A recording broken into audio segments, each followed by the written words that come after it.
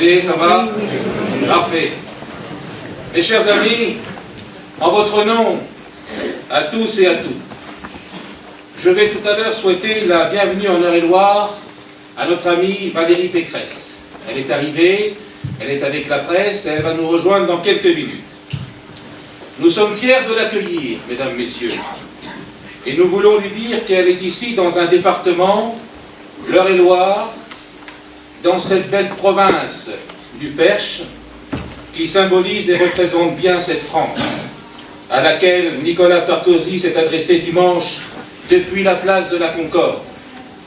Je veux parler, mes chers amis qui êtes venus ce soir très nombreux dans cette salle, je veux parler de cette France, à qui il donne rendez-vous dimanche prochain, à cette France que l'on n'entend jamais, parce qu'on ne lui donne jamais la parole, à cette France qui affronte les difficultés de la vie, sans jamais ne rien demander, parce qu'elle a trop de fierté, à cette France qui souffre sans jamais se plaindre, car elle a trop de pudeur, à cette France qui ne proteste pas, à cette France qui ne casse pas, à cette France qui en a assez qu'on parle en son nom, avec des idées qui ne sont pas les siennes, à cette France qui travaille et qui paie ses impôts, et qui voudrait bien qu'on la laisse voter tranquillement et choisir librement celui à qui elle entend redonner les rênes du pays, quoi qu'en disent les commentateurs et les sondages pour 5 ans de plus. Les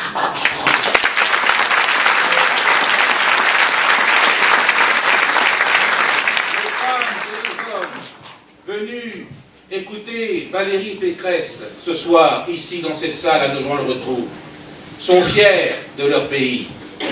Ils sont fiers de leur département, ils sont fiers de leur culture, fiers de leur langue, fiers de leur identité. Leur présence, et Valérie nous entend ce soir, votre présence témoigne aussi de votre engagement aux côtés de Laure de la Raudière, dont vous êtes fiers parce qu'elle incarne aussi, comme Valérie, cette France-là, cette France à laquelle vous êtes attachés toutes et tous.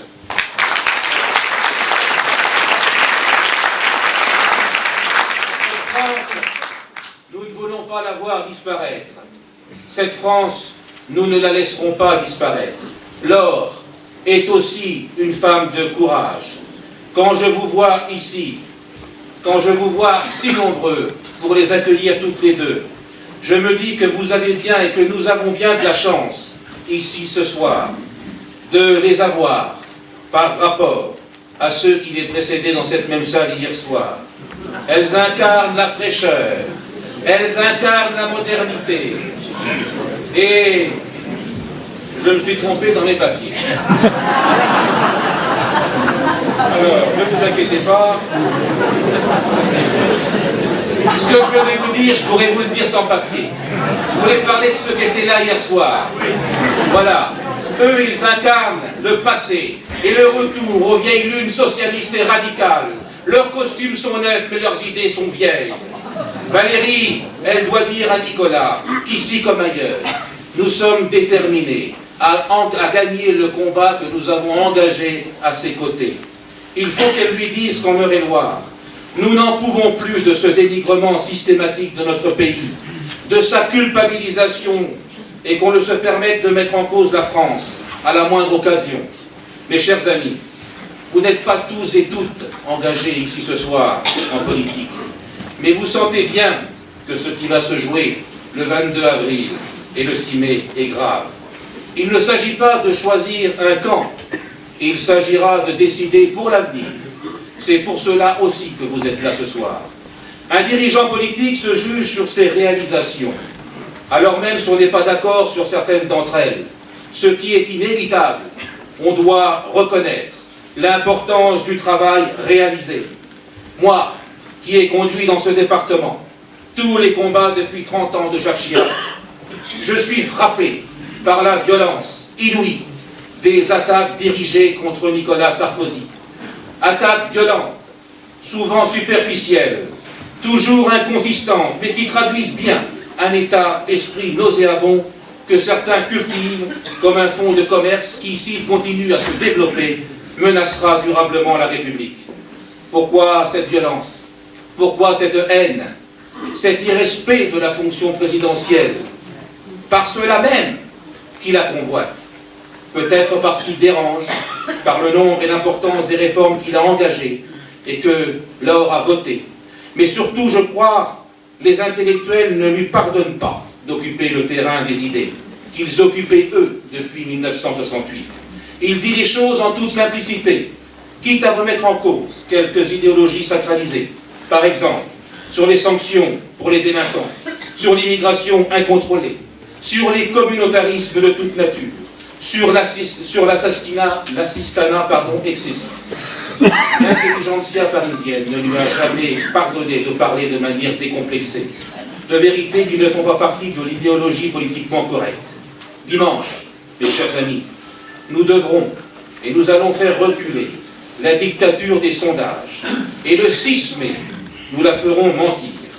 Je lance un appel aux indécis et je leur dis, choisissez le camp de l'audace. Votez Nicolas Sarkozy dès le premier tour. Son expérience lui donnera plus qu'à d'autres la force nécessaire pour défendre la France pour les 5 ans à venir. Et la France, elle va avoir besoin d'être défendue dans les mois qui vont suivre l'élection présidentielle. À ceux et celles qui sont tentés de voter pour le Front National, je dis ouvertement et sans réserve, votez socialiste tout de suite, car cela revient au même, car votre vote conduirait à la victoire des socialistes qui feront de la France l'inverse de ce que vous voulez. Je comprends parfois votre colère, je comprends parfois votre souffrance, mais les socialistes au pouvoir, pour ceux qui s'en souviennent, pour ceux qui dans cette salle les ont combattus, j'ai tout à l'heure aperçu Patrick que je veux saluer, ils savent, nous savons que c'est encore plus de souffrance, à coup sûr. Mes amis, il faut faire confiance à quelqu'un qui va vous surprendre. Je vais vous appeler à faire confiance à Martine Aubry, une fois n'est pas coutume, quand elle disait que François Hollande n'avait aucune épine dorsale, qu'il manquait de caractère. Eh bien, on est d'accord avec Martine Aubry ce soir ici à Nogent-le-Rotrou.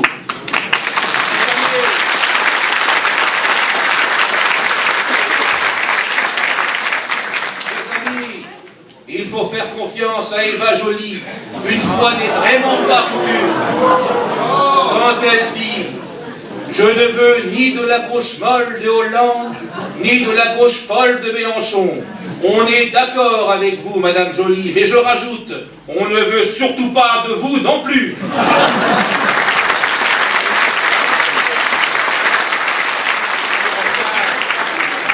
Enfin, mes amis, de celui qui prétend pouvoir conduire la France. Écoutez, une fois n'est pas coutume non plus, Ségolène Royal qui connaît sans doute le mieux François Hollande que quiconque. Elle disait quoi? Son point faible, c'est l'inaction.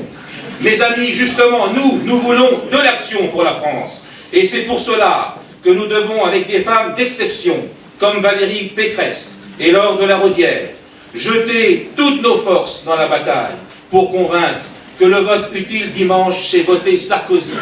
Votre influence ce soir ici démontre que tout reste possible. Gardez confiance, ayez confiance. Nous pouvons gagner, nous allons gagner. Ils ne gagneront pas si vous décidez que vous voulez gagner.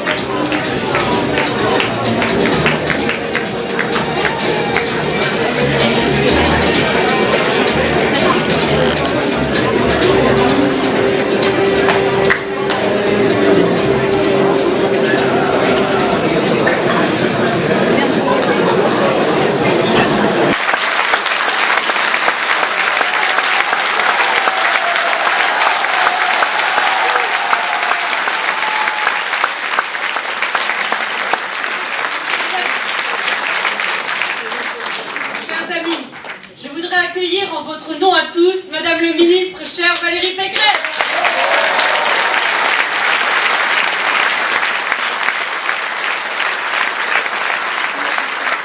Je veux aussi saluer mes collègues parlementaires, Albéric de Montgolfier, Gérard Hamel, Philippe Vigier, et vous prier d'excuser Joël Villard, retenu malheureusement par un décès d'un proche, Jean-Pierre Gorge, retenu par son conseil municipal à Chartres ce soir, et Gérard Cornu pour des raisons de santé. Je tiens aussi à saluer Daniel Guéret, président de la Fédération UMP d'Eure-et-Loire, et Josette Philippe, notre secrétaire départemental, Stéphane Lance, le délégué des Jeunes Pop.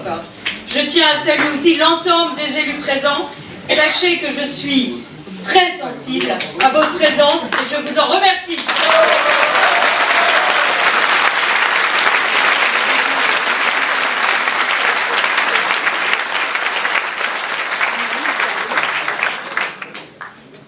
Je veux aussi vous souhaiter à tous la bienvenue à Nogent-le-Rotrou. Vous qui venez d'Eure-et-Loire, mais aussi de nos cantons voisins, de l'Orne et de la Sarthe. Merci d'être si nombreux ce soir et motivés à faire gagner Nicolas Sarkozy.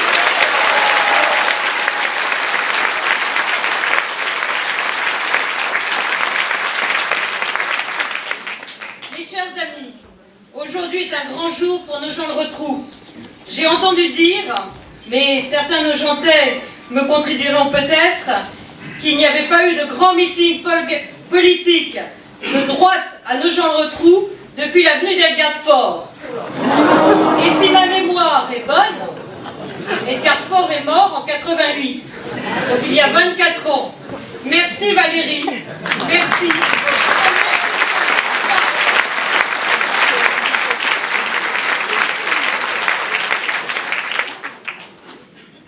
J'y vois un signe fort pour la 3e circonscription d'Eure-et-Loire.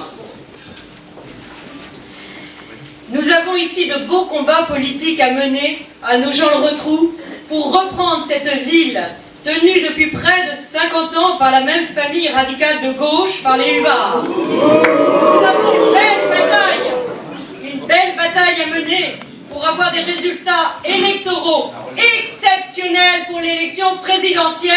Nous devons tous contribuer à assurer la victoire de Nicolas Sarkozy.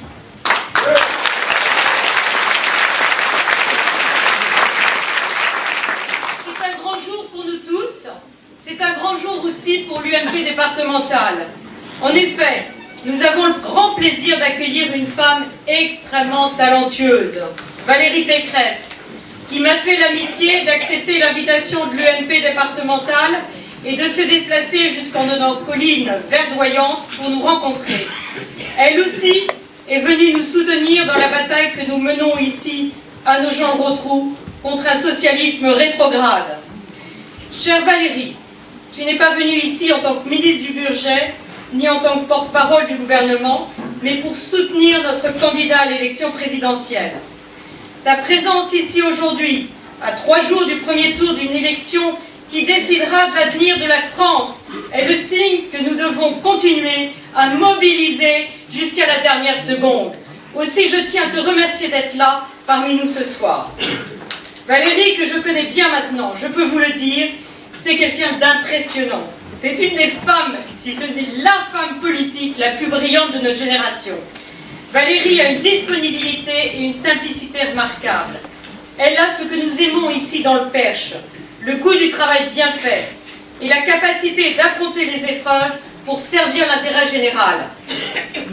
Valérie est reconnue comme une bûcheuse qui travaille ses dossiers à fond et une femme de terrain courageuse qui affronte le feu des élections en tant que députée des Yvelines, bien sûr, mais elle n'a pas peur des combats politiques très difficiles. Elle a fait sienne la bataille politique pour récupérer la première région de France, la région Île-de-France. En 2007, vous le savez, Valérie a été nommée ministre de l'Enseignement supérieur et de la Recherche. Je le mentionne parce que c'est elle qui a porté une des plus brillantes, efficaces et audacieuses réformes des 5 dernières années.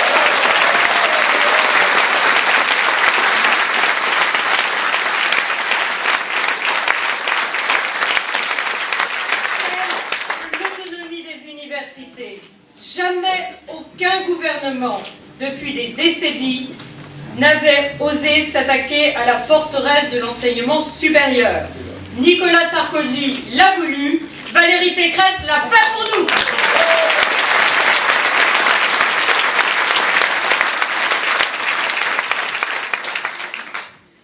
En juin 2011, Valérie est nommée au prestigieux ministère du Budget. L'intitulé exact est intéressant.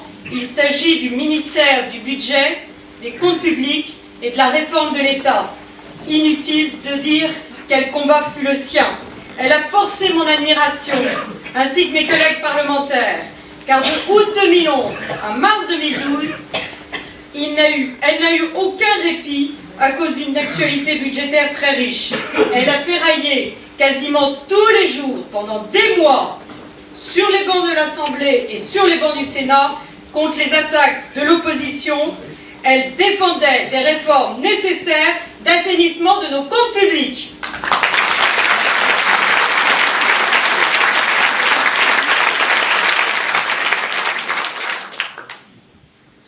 Et puis pour en finir avec ce pédigré, je mentionnerai que Valérie est également la spécialiste des questions familiales. Elle a été rapporteure de la mission d'information sur la famille à l'Assemblée nationale. Thème ô combien cher que nous partageons, Valérie. Elle a beaucoup travaillé sur la réforme du divorce et les violences faites aux femmes. Ce sont des sujets que bien peu de mes collègues osent prendre à bras-le-corps et qui me tiennent à cœur, à moi aussi. Chère Valérie, je voudrais aussi te remercier pour, au cours d'une interview récente dans le journal local L'Action républicaine, avoir souligné mon combat pour l'emploi en Eure-et-Loire en général et sur le dossier Valeo en particulier. En effet, les Nogentais ici présents savent que nous avons frôlé la catastrophe ici à Nogent-le-Rotrou, quand en octobre, après des semaines de climat social tendu sur le site, la direction du groupe décide de ne pas mettre la nouvelle production sur le site de Nogent. Mais avec de la bonne volonté et de la pédagogie, tous les acteurs ont travaillé ensemble pour convaincre les salariés de Valeo d'accepter un changement d'organisation du temps de travail pour préserver leur emploi. À mon tour, je tiens à remercier à travers toi, après tout, tu peux être aussi porte-parole dans le sens inverse, remercier à travers toi les membres du gouvernement qui m'ont aidé à convaincre la direction de Valeo Group de finalement revenir sur sa décision de délocaliser la nouvelle production en Hongrie. Merci à François Fillon.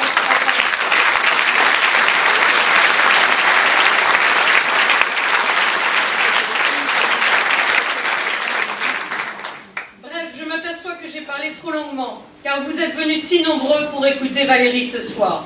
Chère Valérie, tu as écrit un livre en 2007 intitulé « Être une femme politique, c'est pas si facile ». Eh bien, je tiens à dire que ta présence ce soir est une preuve de plus que ce n'est pas parce que ce n'est pas facile que c'est impossible, et je dirais plus encore, c'est parce que c'est difficile que la victoire est belle.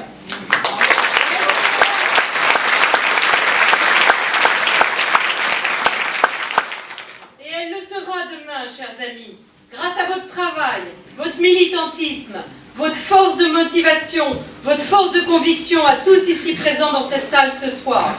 Permettez-moi pour finir quelques mots de remerciement à tous ceux qui ont contribué à l'organisation et au succès d'Affluence. Vous êtes, à mon avis, au vu du nombre de personnes debout, plus de 500 ce soir.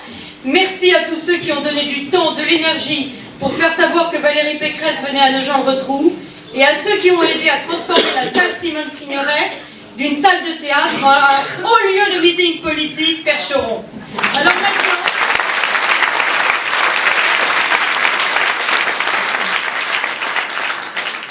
Alors maintenant, relevons les manches tous ensemble pour nous et nos enfants et menons Nicolas Sarkozy à la victoire.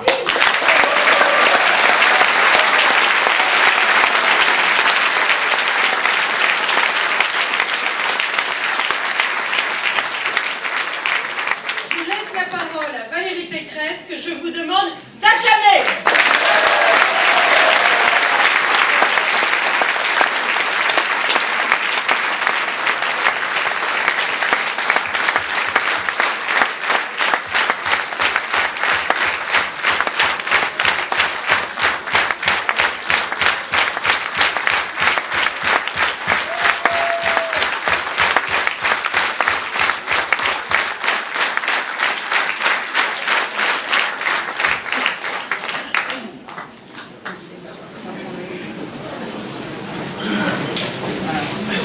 préfère prendre le micro à la main, c'est plus facile. Moi, vous savez, je suis d'origine méditerranéenne, donc j'aime bien parler avec les mains. Sinon, on est obligé d'embrasser le micro, c'est plus difficile.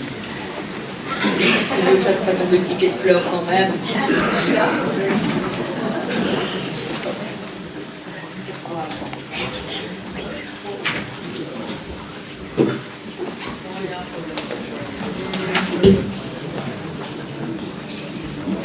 Merci.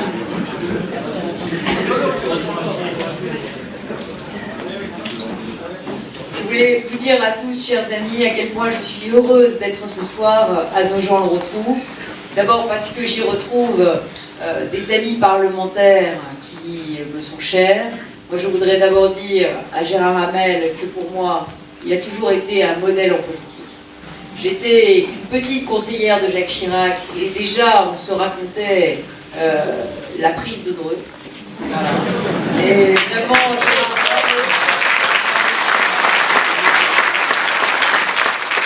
je sais que tu envisages de quitter l'Assemblée nationale, mais je peux te dire que on sera nombreux à te regretter parce qu'on sait tout ce que tu as fait à Dreux. Et franchement, l'Eure-et-Loir sait aussi ce qu'il te doit. Et vraiment, vraiment encore bravo. Et bravo aussi de mettre le pied à l'étrier à la génération suivante, parce que quelquefois, c'est pas le cas, on ne prépare pas les successions de bonne manière. Et ça aussi, c'est très important pour nous d'avoir au Parlement la relève.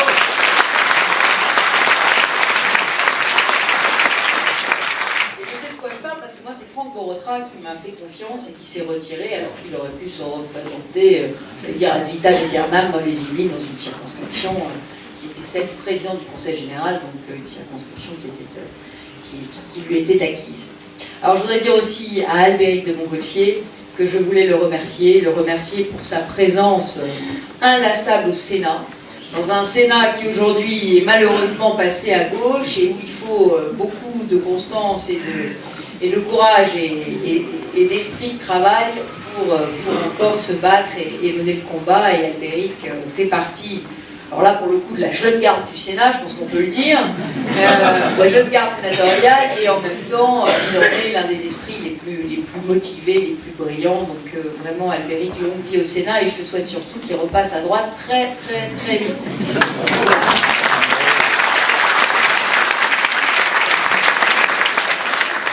Alors, un petit mot pour Philippe Vigier, parce que Philippe est un allié et un partenaire exigeant, pas toujours facile, mais qui travaille beaucoup. C'est ça le problème. C'est comme il travaille beaucoup, eh bien, il arrive toujours avec sa foultitude d'amendements, qui ne sont pas tous, malheureusement, des amendements qu'on peut balayer d'un revers de main. Et donc, on a avec Philippe un dialogue. Je crois que le mot exigeant est le bon mot, vraiment le mot qui reflète le mieux courtois, exigeant. Non, et Philippe, objectivement, quand il faut se mobiliser pour des vraies batailles, est toujours avec nous. Et ça, je crois que c'est très important, parce que la majorité, c'est évidemment, elle va du centre jusqu'à la droite, elle va des gaullistes jusqu'aux centristes, et on aura besoin de tout le monde pour cette élection présidentielle, c'est une évidence. Et donc Philippe, voilà, on sait que dans les combats tu es là, on sait que tu affirmes ta sensibilité, ton identité, que tu ne te laisseras pas marcher sur les pieds, on sait aussi que tu seras avec nous dans les combats les plus difficiles. Merci Philippe.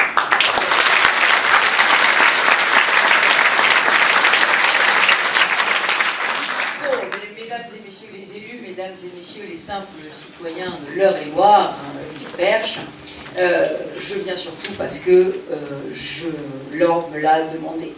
Alors je viens parce que l'or, vous savez, pour moi, je vais le dire très simplement, c'est l'une des révélations de ce quinquennat. C'est l'une des révélations de ce quinquennat. Alors si vous voulez, je vous résume mon message en deux phrases, je le dis pour la presse, si jamais ils n'ont pas envie de rester jusqu'à la fin du meeting. On a un bon président de la République, il faut le garder. Vous avez un très bon député, il faut la garder.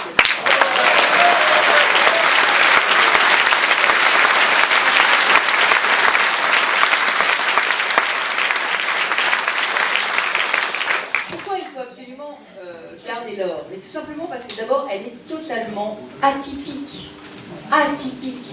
Et d'ailleurs, bravo Albéric, parce que Laure m'a dit que c'était toi qui l'avais décidé de venir en politique et qu'il est même été allé la dénicher. Elle est totalement atypique parce que c'est une socio-professionnelle. Ça n'est pas une professionnelle de la politique. C'est une femme de terrain, une femme d'entreprise. Et d'entreprise branchée sur la modernité, parce que France Télécom, les télécoms, c'est l'industrie de la modernité.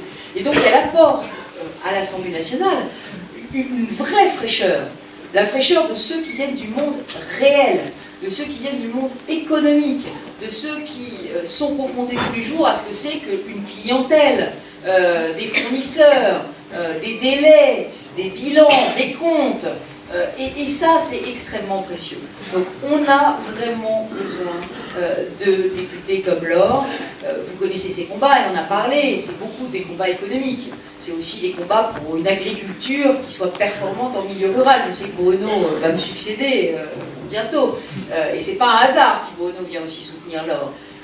Ministre du budget et ministre de l'agriculture, c'est pas du tout des hasards. C'est parce que Laure nous a beaucoup apporté au Parlement. Alors, en plus, c'est une parlementaire hyper active. Alors, je le dis devant 4 parlementaires qui sont des piliers du Parlement. Vous avez vraiment de la chance dans l'Eure-et-Loire parce que, et je pourrais dire la même chose, de Cornu, de Gorge, qui ne sont pas là, mais vous pouvez leur transmettre, vos parlementaires sont extrêmement présents à l'Assemblée. Et je pense que c'est important pour des électeurs de savoir, avant de voter, qu'ils vont être représentés. Vos parlementaires, ils ne sont pas là, ils ne vous demandent pas de les élire uniquement pour avoir le siège et le titre de député. Non, ils font le boulot. Et pour un ministre du budget, c'est très très important. Parce que moi, j'ai passé pratiquement 3 mois, nuit et jour dans l'hémicycle. J'ai présenté 5 projets de loi de finances en 1 an. Parce qu'il y avait les projets de loi de finances, puis les projets de loi de finances rectificatives, puis la TVA anti-délocalisation, puis le problème de la Grèce, le fonds pour la Grèce, etc. Donc on n'a pas arrêté. Puis le plan de financement de la sécurité sociale, on n'a pas arrêté. J'ai passé la nuit et le jour dans l'hémicycle. Et quand on est la nuit et le jour dans l'hémicycle, on a besoin de députés qui sont là et sur qui on peut compter. Et Laure fait partie de ces députés-là. C'est vraiment, voilà, je ne pourrais pas dire plus, c'est quelqu'un de totalement fiable. Si vous dites alors j'ai un problème, il faut le résoudre, elle prendra votre problème, elle va chercher la solution. Et ça, c'est extrêmement précieux. Parce que vous avez tellement d'hommes et de femmes qui veulent faire de la politique, mais pour les honneurs, pour la gloire, pour le titre, pour le macaron, la cocarde, etc. Laure, c'est exactement le contraire de tout ça. Laure, c'est quelqu'un qui fait ça pour agir, pour le pouvoir de faire, pas pour le pouvoir tout court. Et ça, c'est très important. C'était la deuxième chose que je voulais vous dire. Mais la troisième chose aussi que je voulais vous dire, c'est que Laure a toujours soutenu au Parlement les combats de la modernité. Bon, je dois avouer qu'elle m'a un peu embêtée aussi, parce qu'elle défendait notamment un sujet qui lui tient très à cœur, les jeunes entreprises innovantes. Bon, les jeunes entreprises innovantes, c'est son sujet, parce qu'elle pense que la France demain sera plus forte si des jeunes entreprennent, si des jeunes créent, si des jeunes innovent. Donc on avait, pour des raisons d'économie budgétaire, je confesse, mais il faut confesser, à moitié pardonner, n'est-ce pas? Donc je confesse, on avait supprimé le statut de la jeune entreprise innovante en se disant que le crédit impôt recherche avait été triplé, que c'était déjà beaucoup, etc. Mais Laure ne s'est pas démontée, elle a milité, elle a bataillé et elle a fini par obtenir, par voie d'amendement, qu'on rétablisse le statut des jeunes entreprises innovantes pour que les jeunes puissent innover dans notre pays. Et il y a clairement, aujourd'hui en politique, 2 visions. Il y a la vision de ceux qui soutiennent l'entrepreneuriat et l'innovation et la jeunesse qui crée, et puis il y a ceux qui veulent la taxer. C'est pas du tout les mêmes. D'un côté la gauche, de l'autre côté la droite. Nous, on est clairement dans notre philosophie là-dessus. Et puis, je voulais aussi dire à Laure qu'elle a inspiré au président de la République, mais elle n'était pas seule. Je pense que un certain nombre des gens qui sont là n'y sont pas non plus, sont aussi un petit peu coupables de ça. Elle a inspiré au président de la République l'une de ses grandes mesures de son projet pour la ruralité, qui est la couverture de tout le territoire en réseau haut débit, très haut débit, parce que, évidemment, c'est ce qui sauvera nos territoires ruraux, et notamment des territoires comme le Perche, avec leur paysage magnifique, où il fait si bon vivre, et où les villages sont si beaux, mais qui se meurent parce que trop près de Paris, et en même temps pas assez bien raccordés en réseau, avec une difficulté pour télétravailler, une difficulté pour implanter les entreprises, etc. Donc la couverture en très haut débit, c'est ce qui assurera à terme, pour l'Eure-et-Loire, une prospérité durable, avec l'installation de PME, avec l'installation de télétravailleurs, avec des possibilités de ne pas prendre sa voiture pour faire les déplacements, pour aller aux heures de pointe à Paris, etc. etc. Donc tout ça, c'est des combats qui sont des combats de l'avenir.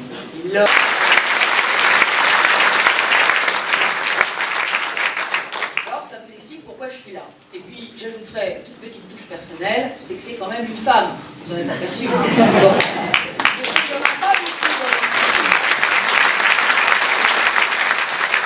Plutôt que de voter pour les dynasties qui se croient investies par le sceau divin, c'est une Versaillaise qui vous parle, de l'hérédité, eh bien, je pense qu'il faut absolument que vous vous battiez, et au-delà des frontières partisanes droite-gauche, pour faire gagner les femmes en politique, parce qu'on n'en a pas assez, et quand on en a une de cette qualité, il faut, je le dis, la garder, la faire réélire. Donc battez-vous autour de vous pour que Laure soit réélue triomphalement après l'élection de la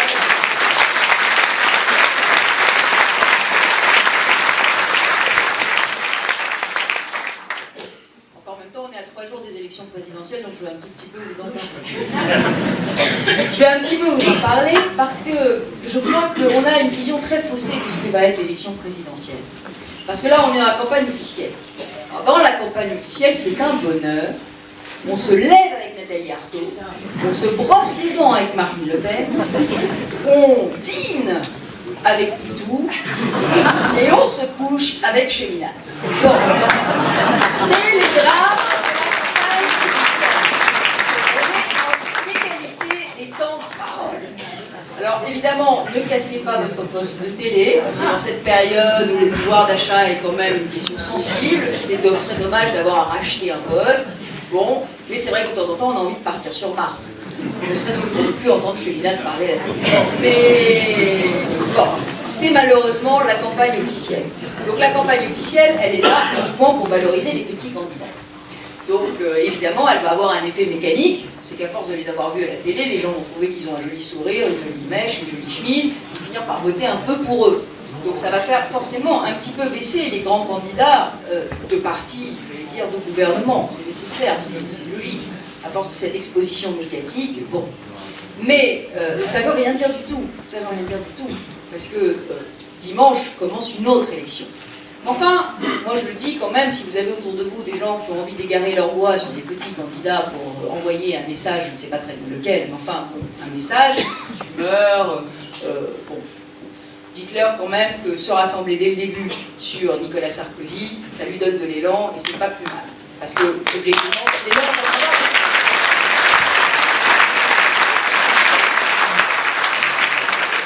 mais à partir de dimanche, tout repart à zéro. On remet tous les compteurs à zéro. Parce que, bon, après s'être fait plaisir, les Français qui ont voté Marine Le Pen ou Jean-Luc Mélenchon, donc qui ont fait la révolution au premier tour, vont se dire quand même maintenant c'est le second tour. Donc soyons raisonnables, on va parler des choses sérieuses. Et à partir de la semaine prochaine, on parle des choses sérieuses. Et l'opposition, qui a voulu nourrir toute cette campagne d'un seul carburant, qui est l'anti-sarkozysme primaire et viscéral, eh bien l'opposition, elle va manquer de carburant. Pourquoi elle va manquer de carburant? Parce que dans cette dernière semaine, les Français vont se poser une question qui est celle de la crédibilité. La crédibilité, l'étoffe, la stature, comme dirait Madame Chirac, le gabarit. Qui a le bon gabarit? À qui faites-vous confiance pour mener un pays dans une crise mondiale terrible, économique, géopolitique, environnementale, stratégique? À qui faites-vous vraiment confiance? Et à ce moment-là, évidemment, les choses changent. Les choses changent parce que les Français vont s'interroger. Ils vont s'interroger qui, de François Hollande ou de Nicolas Sarkozy, peut vraiment diriger la France. Et là, je suis désolée de vous dire, mais quand on a besoin de se faire opérer, ou quand on est malade, eh bien, on préfère avoir un médecin qui soit un bon médecin, plutôt que de prendre un médecin sympathique.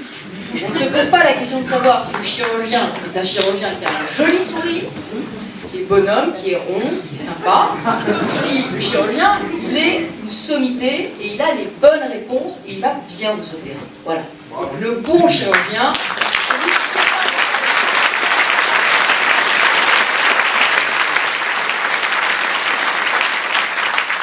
On nous a un petit peu accusé dans cette campagne d'être méchants avec François Hollande. On était très violents. Moi, je suis désolée, mais la violence des attaques sur Nicolas Sarkozy, c'est juste inouï. Mais c'est nous qui avons été méchants. Alors moi, je ne veux pas être méchant avec François Hollande. Surtout pas, d'autant plus que je ne le connais pas bien. Bon, il est corrézien comme moi, mais je ne le connais pas bien. Enfin, corrézien d'adoption. Mais je ne le connais pas bien. Mais en revanche, la gauche, ils le connaissent très bien. Donc je propose qu'on leur demande un peu ce qu'ils en pensent. Hein? Non, parce qu'il faut se remémorer, parce que quand la question de la crédibilité se pose, ceux qui en parlent le mieux, c'est ceux qui le connaissent. La première, c'est Ségolène Royal. 30 ans de vie commune, 4 enfants, elle doit quand même un peu le connaître. Bon. Qu'est-ce qu'elle a dit, Ségolène Royal? Elle a dit une phrase épouvantable. Elle a dit, pouvez-vous me citer, en 30 ans de vie politique, une seule réalisation de François Hollande? Non, mais cette phrase elle est extraordinaire. Extraordinaire. Vous avez un président de la République qui a un bilan, qui a fait des grandes choses, vous avez une vision, qui a un projet, et vous avez François Hollande qui a fait 30 ans de vie politique et qui n'a aucun bilan. Aucune loi, aucun amendement, aucun combat, rien. Bon, un homme de parti. Bon, c'est elle aussi qui a dit on ne peut pas laisser le pays à celui qui dirige le département le plus endetté de France. C'est pas nous qui l'avons dit.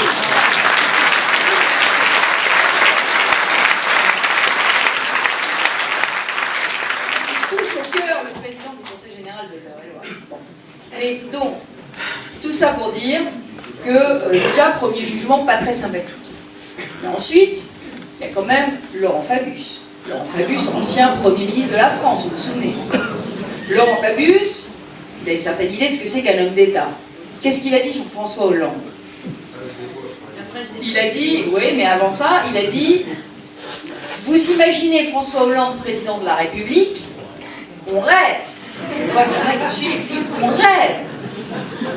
Bon. Et ensuite, effectivement, parlant de lui-même quasiment à la troisième personne, comme Alain Delon, il a dit, est-ce que vous avez déjà vu un éléphant, c'est lui, un éléphant caché derrière une fraise des bois?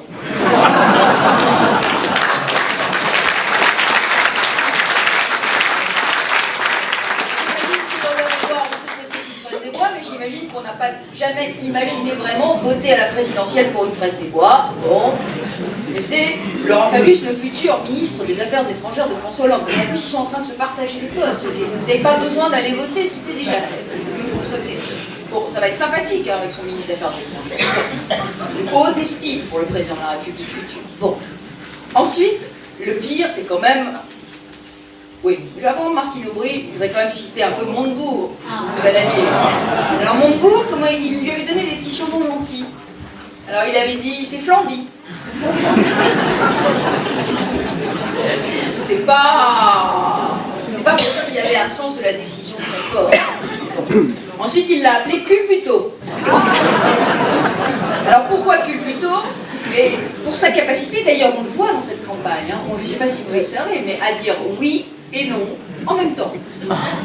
Je taxe l'assurance vie le lundi, je la taxe plus le mardi, puisque je me suis rendu compte qu'il y a quand même 17 millions de Français qui avaient de l'assurance vie, il va peut-être mieux pas taxer, vous voyez.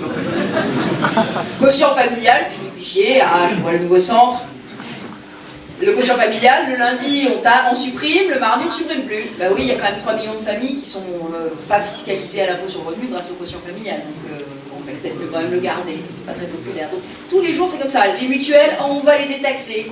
Ah puis finalement ça coûte trop cher, alors on taxe, quand même. Bon voilà, culbuto. Bon. Montebourg, c'était aussi celui qui avait dit que le principal défaut du PS, c'était François Hollande. Mais maintenant ils s'entendent bien, vous inquiétez pas, tous derrière. Alors, le pire, c'est effectivement Martine Aubry. Martine Aubry, la future première ministre de la France, qui a dit, bah, si François Hollande est élu, mais on va tout faire pour l'éviter, hein, n'est-ce pas? Mais je dis ça parce qu'eux, ils se sont déjà répartis les postes, donc ils croient déjà que c'est terminé. Donc, Martine Aubry, elle a dit quand même quelque chose d'extraordinaire. Elle a dit, quand François Hollande a lâché le PS, c'était un champ de ruines. Il a été le premier secrétaire du temps perdu. Et alors on lui dit, mais pourquoi vous dites ça, c'est pas gentil, tout ça. Et elle répond, le problème avec François, c'est qu'il ne travaille pas.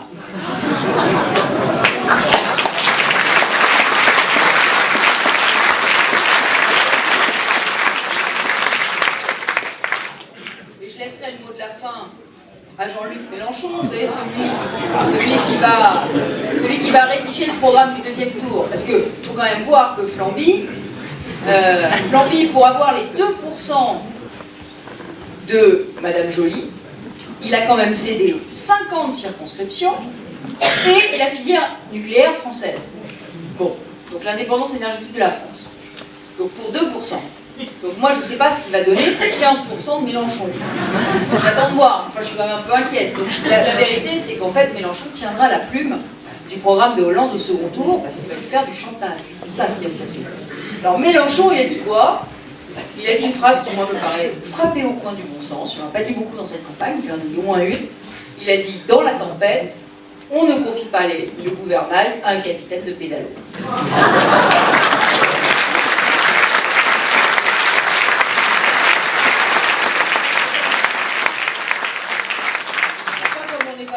Du mal de François Hollande, je vais quand même vous donner quelques arguments choc pour, autour de vous, convaincre de faire voter Nicolas Sarkozy. Parce que je crois que c'est vraiment important dans cette dernière ligne droite, et puis entre les deux tours. La première raison, c'est la sécurité. Je parle devant Gérard, qui est notre spécialiste national dans la matière, mais on m'explique, cher Gérard, que les Français, ça les intéresse plus du tout. La sécurité, c'est plus leur sujet de préoccupation. Moi, je pense l'inverse. Je pense en réalité que c'est la première des libertés, la sécurité, quand on l'a plus, on se rend compte, c'est comme la santé qu'on l'a perdue.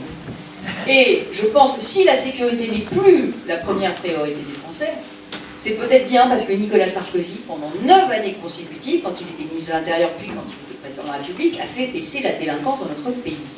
Et moi je vous pose la question, à qui faites-vous le plus confiance? À Nicolas Sarkozy, qui a fait baisser pendant 9 ans consécutive la délinquance dans notre pays, au président qui, en 5 jours, a mis sous les verrous, enfin, il a pas mis sur les verrous, il a mis hors d'état de nuire un terroriste qui menaçait de mettre la République à genoux, ou bien à François Hollande qui veut supprimer les peines planchées pour les multirécidivistes, peines planchées qui nous ont quand même bien aidés à sortir tous les caïds de la circulation dans nos quartiers. Il veut mettre fin aux peines planchées. Il veut supprimer les peines de rétention pour les criminels les plus dangereux, les psychopathes, ceux qui font 20 ans de prison, mais qui, au moment de sortir, sont diagnostiqués par les psychiatres tout aussi dangereux que quand ils sont rentrés, dangereux pour la société, dangereux pour eux-mêmes. Il veut supprimer ça. J'étais hier juste à côté du Chambon-sur-Lignon, où il y a eu un jeune qui a tué une petite gamine dans des conditions atroces. Je peux vous dire, quand on leur parle du sujet des longues peines et de la peine des rétentions de sûreté, ils savent de quoi on parle. Hein. C'est-à-dire qu'il y a des gens qui sont très dangereux. Et après la prison, il faut les mettre dans des lieux adaptés. Il ne veut pas ça. Il est totalement ambigu sur la dépénalisation du cannabis. Totalement ambigu. Là encore ce matin, Rebsamen a dit il faut dépénaliser. Bon. Et là, on voit que Hollande est complètement ambigu sur cette question. C'est que quand Eva Joly a dit une imbécilité absolue, elle a dit pour lutter contre la tentation terroriste dans les banlieues, il faut dépénaliser le cannabis. Parce que quand on aura dépénalisé le cannabis, les jeunes des quartiers ne font plus de business et donc ils ne seront plus tentés par le terrorisme. J'ai pas du tout vu le lien, parce que je ne comprends pas, justement s'ils n'ont plus de business, il faudra qu'ils en trouvent un autre. Donc j'ai pas du tout compris le lien, mais ce qui m'a inquiété, c'est pas tellement qu'Eva Joly dit une bêtise, c'est que Hollande et les socialistes n'ont pas du tout dit que c'était une imbécilité absolue. Donc en réalité, on sent bien qu'ils ont des projets de dépénalisation du cannabis. Alors là, je le dis en tant que mère de famille, tout autant qu'en tant que femme politique, moi je pense que la question de la dépénalisation du cannabis, c'est d'abord une question de santé publique, et c'est une question d'éducation de nos jeunes. C'est ça le sujet. Si on baisse la barre des interdits, eh bien on aura de la cocaïne et de l'héroïne dans nos écoles. Parce que la vérité, c'est que effectivement les écoles...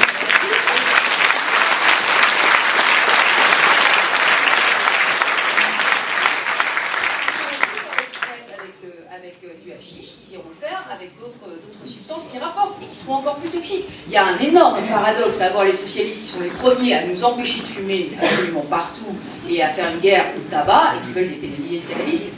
Non mais c'est totalement absurde. Moi j'ai un vrai sujet. Et puis on sait bien que ça nourrit la délinquance quand même, tous ces trafics de drogue. Donc je suis désolée, il faut être extrêmement ferme sur le trafic de drogue, en tout cas c'est notre position.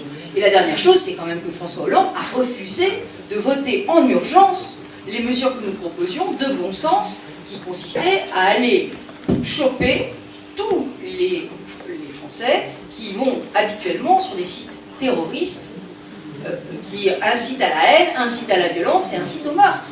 Il a dit c'est pas la peine de changer la loi. Mais si c'est la peine, on l'a fait pour les pédophiles, on le fait pour les terroristes. On sait bien qu'aujourd'hui, c'est à travers ces sites internet que se recrutent les activistes terroristes dans notre pays. Il a refusé de le voter. Donc moi je suis désolée, mais ma réponse elle est toute faite. Entre Nicolas Sarkozy et François Hollande, entre les deux copies sur la sécurité, il n'y a pas de photo. Si vous voulez de la sécurité, il faut voter Nicolas Sarkozy.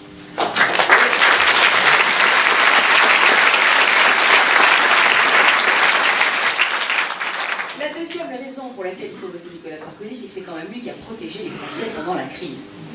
Et là, vraiment, je vous dis, le pouvoir d'achat des Français n'a pas baissé pendant cette crise.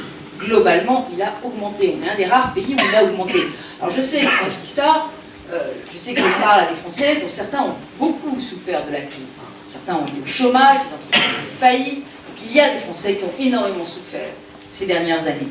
Mais globalement, la France a beaucoup moins souffert que les pays qui l'entourent.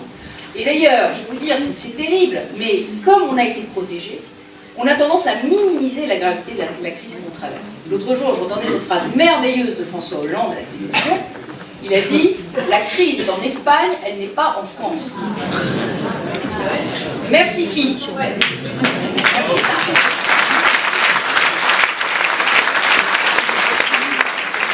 La vérité, c'est que depuis 2008-2009 et encore à l'automne dernier, on est passé au bord du gouffre.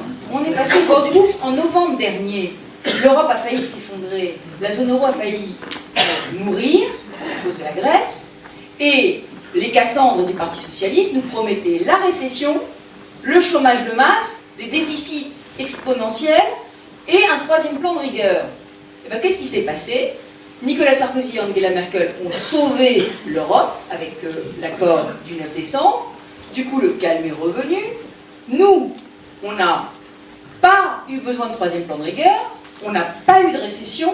Au contraire, on est plutôt en train de remonter nos perspectives de croissance, que le moral des ménages est un petit peu meilleur, le moral des entreprises aussi.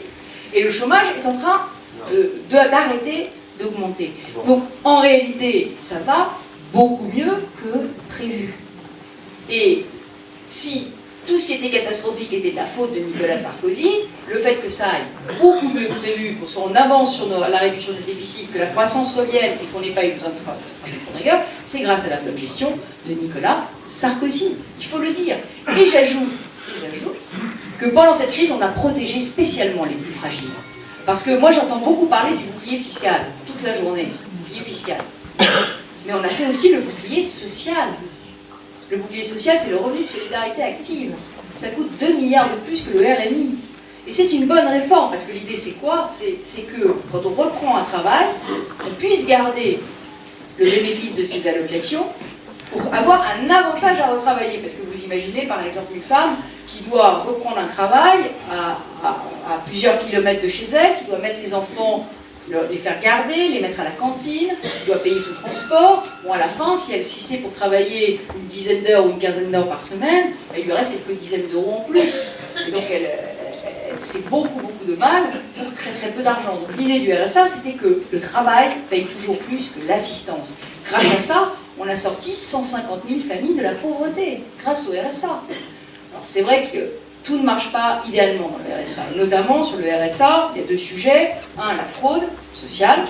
Et on a été extrêmement ferme sur ces questions de fraude, puisque nous venons de mettre en place avec Xavier Bertrand un fichier de tous les allocataires de revenus sociaux, de façon à vérifier, avec leur train de vie, s'ils ne sont pas en train de frauder. Parce qu'on peut être généreux, mais il faut aussi être ferme. C'est-à-dire généreux, mais pas tolérer la fraude. Parce que ça, sinon, on demande aux contribuables de payer pour des fraudeurs. Ça, c'est pas bien. Donc, des droits et des devoirs. Et puis, le RSA, il y a encore un problème, c'est que ça n'a pas marché pour ceux qui sont le plus éloignés de l'emploi. ceux qui sont le plus éloignés de l'emploi, ils ont continué à toucher le RMI, ils n'ont pas réussi à retrouver un emploi. C'est pour ça que le président de la République, dans son projet, demande qu'on aille plus loin et qu'on leur demande 7 heures de travail d'intérêt général rémunéré, de façon à ce que tout le monde, aujourd'hui, travaille dans notre pays et ait une solution de réinsertion par le travail. Mais c'est une grande réforme sociale. Et quand j'entends Martin Hirsch dire qu'il votera François Hollande, je lui réponds, Martin Hirsch est le co-auteur de notre bilan social et je sais qu'il en est fier. Voilà.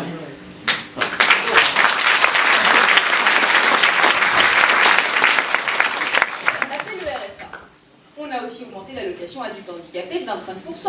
On a augmenté le minimum vieillesse de 25%. Moi, il y a un chiffre que je donne parce que j'y suis particulièrement sensible. Tout le monde l'a oublié, mais ça nous a demandé beaucoup d'énergie. Il y a 50% d'enfants handicapés de plus aujourd'hui dans les écoles de la République en 2007. 50%.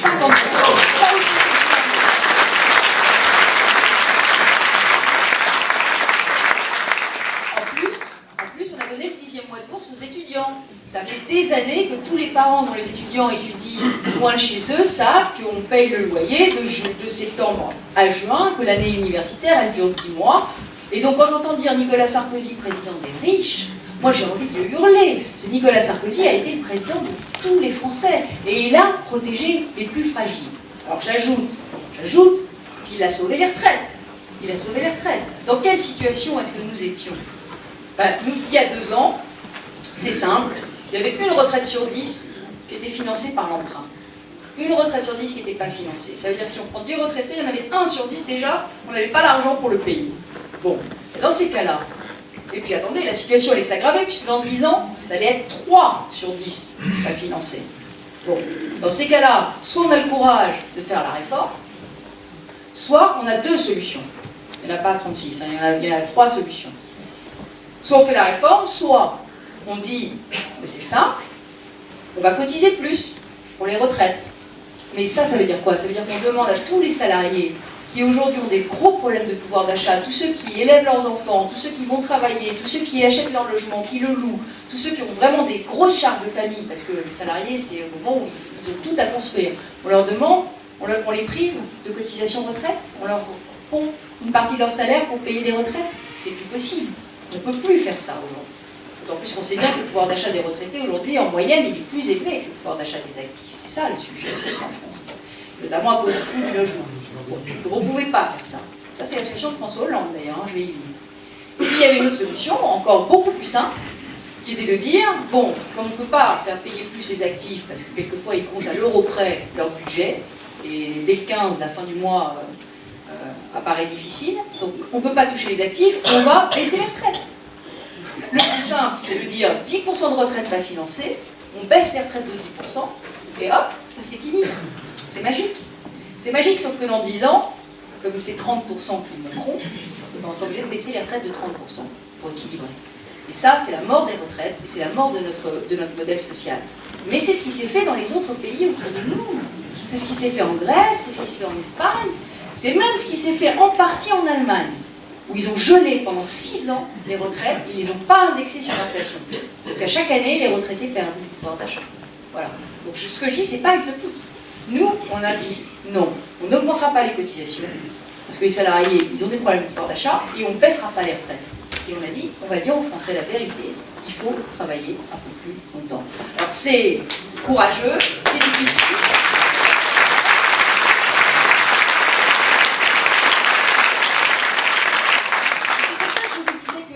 Les 2 tours, la question de la crédibilité va se poser.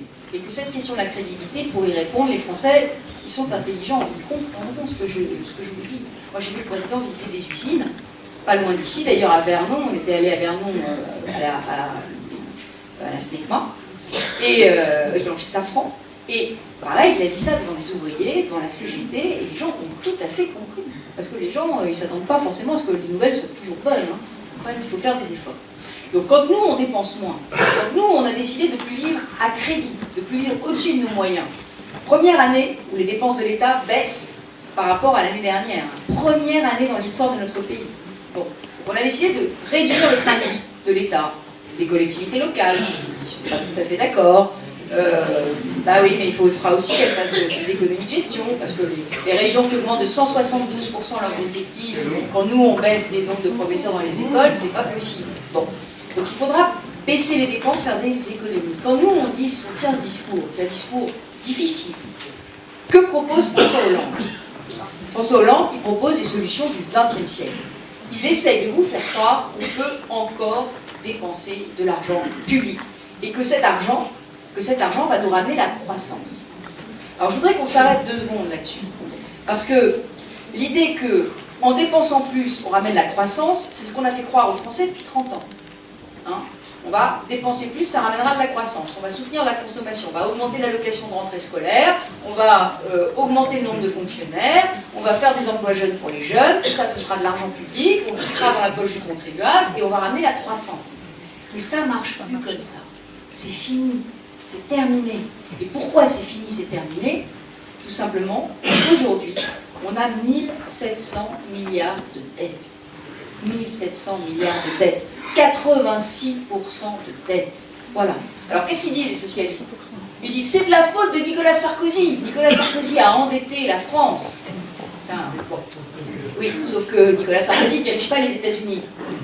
Les États-Unis, ils ont 91% de dettes, monsieur Obama. Le Japon, on ne dirige pas le Japon. Bah, le Japon, ils ont 120% de dettes. L'Italie, 120% de dettes. La moyenne de l'Europe, 87%. On est en dessous de la moyenne de l'Europe et on ne dirige pas encore l'Europe. Donc la vérité, c'est quoi? La vérité, c'est que c'est la crise qui nous a obligés à nous endetter. Que cette crise, elle a été gravissime. Que cette crise, elle a fait fondre nos recettes fiscales. On n'avait plus un euro. Qu'elle nous a plongé dans la récession. Que pour en sortir, on a fait des dépenses sociales, parce que forcément, le chômage a augmenté, la pauvreté risquait d'augmenter, donc on a fait des dépenses sociales, 110 milliards. Et puis, pour sortir plus fort de la crise, on a fait un plan de relance. Un plan de relance d'investissement public qui nous a permis de sortir de la crise plus vite que prévu. Et ce plan de relance, il a été salué par tout le monde. Il a été salué par l'OCDE, il a été copié par tout le monde, par les États-Unis, par l'Allemagne, par tout le monde. Tout le monde a fait la même chose que nous. Et puis, on a fait aussi le plan d'investissement d'avenir, sur la recherche, sur l'innovation, toujours pour sortir plus fort. Les énergies du futur, le véhicule du futur, les transports du futur, l'avion du futur, pour être plus fort dans une concurrence qui est mondiale. Et donc, on a investi. Ça nous a coûté cher, donc on s'est endetté. Mais on s'est endetté, et aujourd'hui, il faut régler la dette. Mais on s'est endetté comme tout le monde. Le problème, c'est que tout le monde est surendetté aujourd'hui. Et la crise que nous vivons, celle de l'été dernier, celle qui arrive là maintenant, c'est une crise de confiance. Pourquoi? Parce que quand vous êtes endetté, vous devez emprunter. Moi, j'ai 1700 milliards de dettes. Vous avez chacun 25 000 euros à rembourser. Chacun d'entre vous, chaque enfant de France qui naît a 25 000 euros à rembourser. Voilà. Donc, 1700 milliards de dettes. La dette, elle est à 10 ans. Bon. Donc ça veut dire quoi? Ça veut dire que chaque année, je suis obligée d'emprunter 170 milliards pour renouveler mon stock de dette, tant que je ne l'ai pas remboursé. 170 milliards chaque année. Et en plus, je dois emprunter 170 milliards pour faire de la trésorerie. Parce que les salaires, je ne les paye pas, les retraites, je ne les paye pas à tel moment, etc. Donc je dois emprunter chaque année, c'est même un peu plus que ça, c'est 360 milliards d'euros chaque année. L'État emprunte chaque année 360 milliards d'euros. Et je voudrais vous en parler parce que c'est un sujet, on a l'impression que c'est technique. C'est pas technique, c'est politique, totalement politique. Aujourd'hui, j'emprunte à des taux d'intérêt qui sont très bas, très bas, historiquement bas, 3%. C'est très bas. Si jamais, mais pourquoi j'emprunte à des taux très bas, pardon? J'emprunte à des taux très bas parce que les investisseurs pensent que la France est une économie solide. Ils pensent que la France est bien gouvernée. Ils pensent que la France va réduire ses déficits. Ils pensent que la France va se désendetter, va rembourser sa dette. Ils n'ont aucune crainte. Ils pensent que c'est une valeur sûre. Comme c'est une valeur sûre, ils achètent la dette. Et ils l'achètent pas cher, ils l'achètent à 3%. Voilà, c'est une valeur sûre. Et d'ailleurs, c'est paradoxal parce qu'on a été dégradé par M. Standard et Mme Bourse, là, totalement à contre-temps, alors que l'Europe venait d'être sauvée, alors qu'on avait des meilleurs résultats de déficit, des meilleurs résultats de croissance, on a été dégradé à contre-temps total. Et les investisseurs nos taux d'intérêt ont baissé après la dégradation. Ce qui prouve que les investisseurs fichent les agences de notation. Les investisseurs, ce qu'ils voient, c'est l'engagement du gouvernement à réduire les déficits, c'est les résultats, les performances économiques de notre pays. Donc ça redonne de l'espoir. C'est qu'on n'est pas gouverné par les agences de notation, on est gouverné par Nicolas Sarkozy. Quand on fait des meilleurs résultats, eh ben, les investisseurs nous font confiance. Cette question de la confiance, elle est cruciale. Je vous explique pourquoi. C'est que si jamais M. Hollande, par exemple, ou quelqu'un d'autre, arrive et dit « Moi, je ne vais pas tenir les engagements de réduction des déficits, moi, je ne vais pas rembourser la dette tout de suite. » Eh bien, il va y avoir une inquiétude. C'est-à-dire que les investisseurs vont se dire « Ça y est, la France, c'était l'atteint. » Non seulement ils réduisent les déficits doucement, mais en plus, ils ne tiendront pas leurs engagements. Et si on ne réduit pas nos déficits, si on ne rembourse pas la dette, on est à 86%. Ils vont refuser de nous prêter. Comme ils ont refusé de prêter à la Grèce, comme ils ont refusé de prêter à l'Italie, comme ils refusent aujourd'hui de prêter à l'Espagne. Et dans ces cas-là, qu'est-ce qui se passe? Les taux d'intérêt vont monter. Et alors, quel est le problème? Eh bien, c'est simple. J'emprunte 360 milliards. Si j'ai une hausse de 1 point de taux d'intérêt, ça fait 3,6 milliards en un an. Si j'ai 2 points, c'est 7 milliards. Si j'ai 3 points, c'est presque 11 milliards. 11 milliards, si les taux d'intérêt de la France étaient à 6%, comme ils sont en Espagne aujourd'hui, ça ferait 11 milliards pour moi de dépenses supplémentaires. 11 milliards, c'est le budget de l'enseignement supérieur. C'est-à-dire que je ne peux plus payer les universités. 11 milliards, c'est le budget de la justice, de la culture et de l'emploi. Donc je ne peux plus payer les juges, je ne peux plus payer la culture et je ne peux plus payer les aides à l'emploi. 11 milliards. Bon. Et puis, ça aura des conséquences sur tout le monde, sur les entreprises. Si l'État emprunte à 6, les entreprises, elles vont emprunter à combien? À 7 ou 8. Parce que les entreprises, elles empruntent plus cher que l'État, forcément. La dette de l'État, c'est la meilleure dette. Elles vont emprunter à 7 ou 8. Qui fait un investissement en le finançant à 8%? Il y a combien d'investissements qui rapportent, avec l'inflation, plus de 10% en France aujourd'hui? Il n'y en a plus. Donc les entreprises, elles investiront plus, parce qu'elles ne peuvent plus s'endetter. Elles investiront à l'étranger. Donc, plus de croissance, plus d'emploi. Et puis les ménages, vous, quand vous allez vouloir emprunter, on va vous dire, bon, bah, l'État c'est 6, les entreprises c'est 7, 8, vous, les ménages, c'est 9, 10. À 10%, comment vous achetez un appartement? Comment vous payez les études de vos enfants? Comment vous rachetez votre voiture? C'est énorme. Donc cette question des taux d'intérêt, qui a l'air d'être une question super technique, c'est une question totalement politique. Avoir des taux d'intérêt bas, ça veut dire être maître de son destin. Ça veut dire être capable de faire de la croissance. Donc quand M. Hollande dit « Moi je vais dépenser et je ne vais pas tenir mes engagements de réduction des déficits, moi je ne tiendrai pas mes engagements de réduction de la dette », il ne va pas ramener la croissance, il va emmener la France dans le mur. Donc c'est complètement le contraire de ce qu'il faut faire. Et nous aujourd'hui, on se bat pour justement tenir nos engagements de réduction de déficit, revenir à l'équilibre budgétaire en 2016, commencer à rembourser la dette. Mais je vous le dis, il faut quand même que je vous dise la vérité. Si on fait le programme de Nicolas Sarkozy, la dette, elle passera de 86 à 80% à la fin du quinquennat. Ça veut dire qu'il faudra 2 quinquennats pour rembourser la dette. 2 quinquennats. Et quand François Hollande dit « Moi, je ne sais pas, les déficits, on verra, je ne veux pas être lié, on ne sait pas si la croissance n'est pas là, etc. » En réalité, ce qu'il donne, c'est un message extrêmement négatif, extrêmement anxiogène à tous ceux qui veulent investir dans notre pays. Je vous en parle parce que vraiment, l'idée que la dépense, c'est la croissance, quand on entend les journaux, on a l'impression que c'est une évidence. Eh bien non, c'est pas vrai. On ne peut plus dépenser d'argent aujourd'hui. Il faut faire des économies. Je sais que quand je vous dis ça, vous vous dites Raymond Barre s'est réincarné, il s'appelle Valérie Pécresse. Eh bien, j'assume. Voilà, j'assume, je pense que cette campagne, c'est le moment de dire la vérité. Alors je vais quand même vous donner un peu d'espoir. Parce que là, je vous dis, on va faire des efforts. Oui, on va faire des efforts, mais on ne va pas faire des efforts non plus trop dramatiquement insupportables. Pourquoi? Parce que le président de la République a pris un engagement, il n'y aura plus de hausse d'impôts pour les ménages. Voilà. On va faire des économies, mais on n'augmentera plus les impôts pour les ménages. C'est terminé, c'est un engagement du candidat. En revanche, méfiez-vous, parce qu'il y a François Hollande.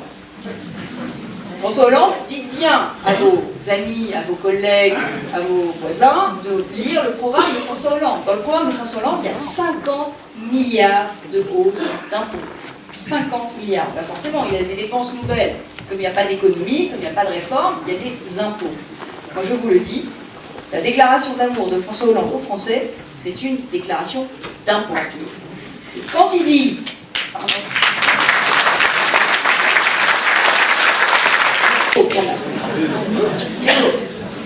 voilà. Donc, Non, mais donc, la vérité, c'est que c'est effectivement nous qui allons payer les 50 milliards. Bon. Si j'ai encore 3 minutes, je vous raconterai l'histoire des 75%. Ça vous amuse d'entendre l'histoire des 75%? Parce que ça, celle-là, elle est quand même bonne. Ça vous montre l'improvisation totale du programme de François Hollande. Improvisation totale. Nicolas Sarkozy rentre en campagne. Il y a plutôt un mouvement, il monte dans les sondages, il rattrape, il grignote François Hollande. Panique à gauche, ils se disent il faut qu'on trouve la mesure phare pour empêcher Mélenchon de bouffer les voix et Nicolas Sarkozy monte. Bon. Donc, dans une petite salle obscure, nuitamment, ils inventent les 75%. Bon. Hollande avait déjà dit que c'était complètement débile, enfin c'est pas grave, il a le droit de se changer d'avis, lui. Non. Lui, oui. Bon. Les journalistes sont un peu plus coulants avec lui qu'avec nous. Bon. Donc, très bien. Donc, il invente 75%. On lui dit immédiatement, ah bon, 75%, au-delà d'1 million d'euros, bon, ça concerne combien de Français? Il n'en savait rien, le pauvre bout. Il avait inventé ça l'année dernière, donc il ne savait pas. Donc M. Moscovici, il envoie le pauvre Moscovici, quand on ne sait pas, on envoie quelqu'un d'autre, hein. Donc il envoie Moscovici, et Moscovici dit 30 000 Français. 30 000 ménages. Je me dis, oula, c'est pas 1 million d'anciens francs, hein, c'est 1 million d'euros. Bon, 1 million d'euros, 30 000 ménages, je me dis, ça fait quand même vraiment beaucoup de Français très riches. Donc, du coup, je regarde la répartition des revenus. Et je m'aperçois que ce n'était pas 30 000 Français qui gagnent plus d'1 million d'euros par an, c'est 3 000. 10 fois moins.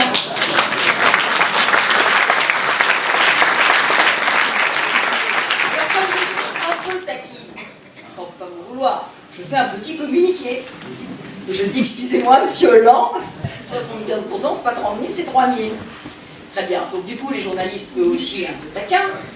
Prochain meeting de Hollande, arrive avec les micros, ils disent Monsieur Hollande, vos 75%, c'est pas 30 000 Français qui vont être touchés, c'est 3 000.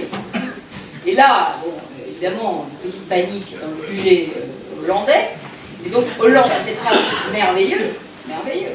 Il dit mais vous n'avez rien compris, ça rapportera 0, c'est juste symbolique. C'est une mesure de morale.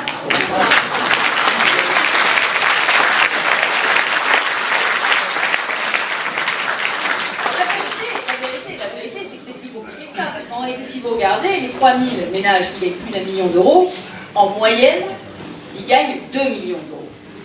Parce qu'il y en a qui gagnent 16 millions, il y en a qui gagnent 1,1 million, enfin en moyenne, ils gagnent 2 millions.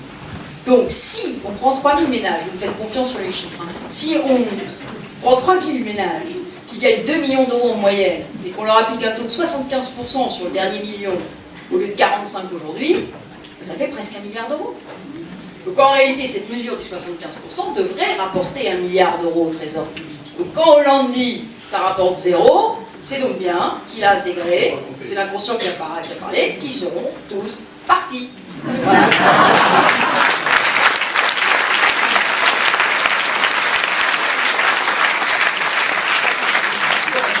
Donc c'est nous qui allons payer les 50 milliards. Et pas seulement les classes moyennes, bien sûr les classes moyennes, puisqu'il veut supprimer les déductions fiscales pour les emplois à domicile, il veut supprimer la déduction fiscale sur l'intéressement et la participation.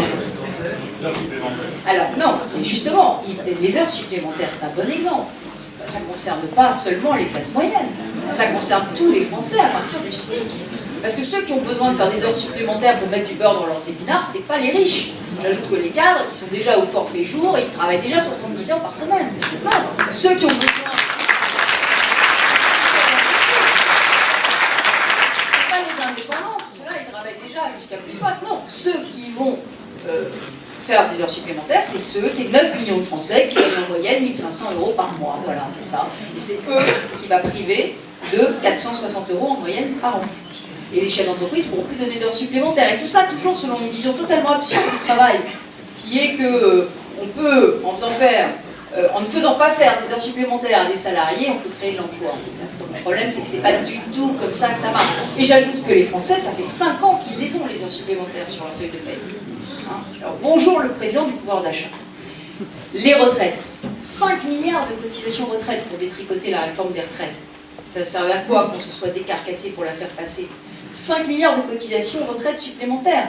On a fait le calcul, pour un couple qui gagne là encore 1 500 € par mois chacun, ça fera 230 € de plus à payer de cotisation retraite à la fin du quinquennat, en un an. C'est totalement irresponsable. Pareil, la dépendance. Il a dit qu'il faut faire une grande réforme de la dépendance, mais les réformes socialistes, c'est de la dépense en plus. Nous, on veut faire une réforme de la dépendance, la vraie réforme de la dépendance. On va essayer de faire avec Roselyne, mais ça prendra du temps. C'est d'essayer de faire aussi des économies sur ce qui ne marche pas. Les nuitées indues d'hôpital, par exemple. 3 millions de nuits à l'hôpital inutiles pour des personnes âgées parce qu'elles tombent dans l'escalier, parce qu'elles tombent malades et parce qu'on n'a pas de structure pour les accueillir pour des courts séjours médicalisés. Voilà. Donc on a besoin de créer des structures nouvelles dans des maisons de retraite pour accueillir des personnes âgées pour des courts séjours dans des périodes où elles sont malades et pas les accueillir à l'hôpital. Mais la réforme de la dépendance, c'est une réforme qui est globale, où on doit rapprocher le médico-social et l'hôpital. Et puis la médecine. Tout ça, la différence entre nous et eux, c'est que nous on fait des réformes, eux ils font des dépenses. Et sur la dépendance, M. Hollande a dit on va mettre 4 milliards. Je ne sais pas pourquoi 4 milliards. Et il a eu cette phrase incroyable, il faut répéter tout ça. Il a dit plus on commencera à cotiser tôt, moins on payera. C'est une phrase absurde. Non, en fait, ce qu'il voulait dire, c'est plus on commencera à cotiser tôt, plus le taux de la cotisation sera faible. Mais le problème, c'est que plus vous cotisez jeune, plus vous payez. Parce que vous payez tout au long de votre vie. Donc, bon, voilà. Mais c'est pour vous dire à quel point, sur les impôts, ils ont quand même un vrai problème. Le matraquage fiscal, ça ne ramènera pas la croissance. Le matraquage fiscal, ça ne ramènera pas le pouvoir d'achat. Et le matraquage fiscal, ça ne touchera pas les riches, ça touchera tous les Français. Et vraiment, je vous le dis, cette déclaration d'amour en forme de déclaration d'impôt, dites-le aux Français. Dites-le. Parce qu'ils ont l'impression que tout le monde va augmenter les impôts. C'est pas vrai. Le président a pris l'engagement de ne pas toucher les impôts des ménages au prochain quinquennat. On a un plan d'économie, un plan de réforme, et ce sera vraiment 2 projets totalement différents.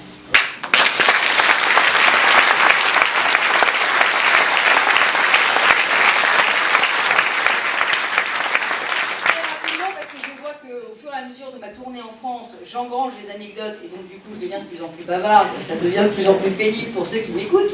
Donc très rapidement, deux autres raisons de voter Nicolas Sarkozy, mais très rapide. La première, c'est l'Europe. L'Europe. Tous ceux qui vous disent, de Marine Le Pen à Jean-Luc Mélenchon, que dans un monde de 7 milliards d'habitants, on peut être plus forte en étant que 65 millions et pas 500, ils vous mentent. Ils vous mentent. La politique agricole commune, aujourd'hui, l'avenir de la politique agricole commune, c'est d'aller ouvrir et conquérir des nouveaux marchés. C'est ça le sujet. Le sujet, c'est d'être conquérant, c'est de fixer les règles du jeu, et que nos règles du jeu, elles soient plus bénéfiques pour nous. C'est pareil aussi en matière économique. Quand le président dit, voilà, la solde de Madame Merkel, je sais, ça amuse tout le monde. On dit, le petit, là, il est dans les jupes de la totone, machin, ça c'est pour les chansonniers, ça ne correspond absolument pas à la réalité. Ça ne correspond pas à la réalité. La vérité, c'est que les Allemands voulaient laisser tomber la Grèce. Ils voulaient laisser tomber la Grèce parce que les Grecs avaient triché. Et que les Allemands, ils n'aiment pas les gens qui trichent. Ils ne veulent pas payer pour des gens qui trichent. Sauf que nous, on les a convaincus de ne pas les laisser tomber. Pourquoi?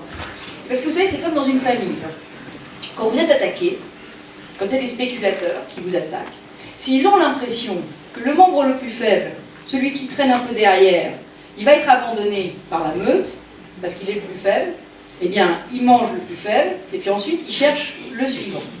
Et si on avait laissé tomber la Grèce, ils auraient effectivement attaqué la Grèce, mais ensuite, ils auraient attaqué le Portugal. Et le prochain, c'était l'Espagne, et le suivant, c'était l'Italie, et peut-être un jour la France. Aujourd'hui, si on veut casser les reins aux spéculateurs, comme dit M. Hollande dit, moi je les méprise. Il ferait mieux de se demander comment on lutte contre les spéculateurs. Pour lutter contre les spéculateurs, c'est très simple. Il n'y a qu'une seule façon. Il faut leur faire perdre beaucoup d'argent. Et pour leur faire perdre beaucoup d'argent, il faut que tout ce qu'ils anticipent qui va se passer, ne se passe pas. Ils ont parié sur la faillite de la Grèce, pof, une bonne claque, elle n'a pas fait faillite. Ils ont parié sur la faillite de l'Italie, pof, une bonne claque, elle n'a pas fait faillite. Puis au bout de quelques claques, et puis de quelques millions, milliards de francs, de dollars perdus, ben, ils arrêtent d'attaquer. Vous voyez, c'est comme ça, la vie des marchés. Et le sujet aujourd'hui, avec la France, c'est qu'il faut qu'on ait des meilleurs résultats en matière de déficit, il faut qu'on ait des meilleurs résultats en matière de croissance, il faut qu'on ait des meilleurs résultats au chômage, parce qu'ils spéculent contre nous. Mais à chaque fois qu'on a des meilleurs résultats, eh bien, je vais dire, les actions de la France remontent, si je puis dire. Et le taux d'intérêt baisse. Et donc les spéculateurs perdent de l'argent. Vous voyez ce que je veux dire? Et c'est pour ça qu'il faut, en réalité, être gouverné pour vraiment lutter contre les spéculateurs et leur donner quelques bonnes claques. Et c'est ce qu'on a fait. Et c'est pour ça qu'on a sauvé la Grèce. Et les Allemands ne voulaient pas. Alors c'est vrai qu'on a fait un pas vers les Allemands. On a fait un pas vers les Allemands en acceptant la discipline budgétaire, c'est-à-dire en acceptant la règle d'or, retourner à l'équilibre budgétaire en 2016, mais je vous ai expliqué que vraiment on ne peut pas faire autrement. Parce qu'on ne se désendette pas tant qu'on n'est pas à l'équilibre budgétaire. Hein. Ceux qui vous disent à 3% de déficit, je rembourse ma dette, je ne sais pas comment ils font. Hein. 30% de déficit, on ne rembourse rien. Bon, c'est déjà un effort, mais ce n'est pas un effort suffisant. Donc on a accepté la discipline, pourquoi?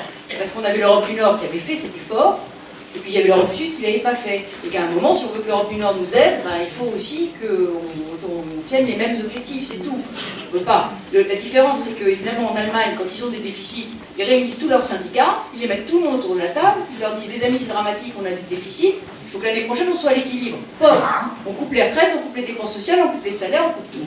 Et les syndicats disent, ok. Bon, mais nous, en France, on ne peut pas faire ça.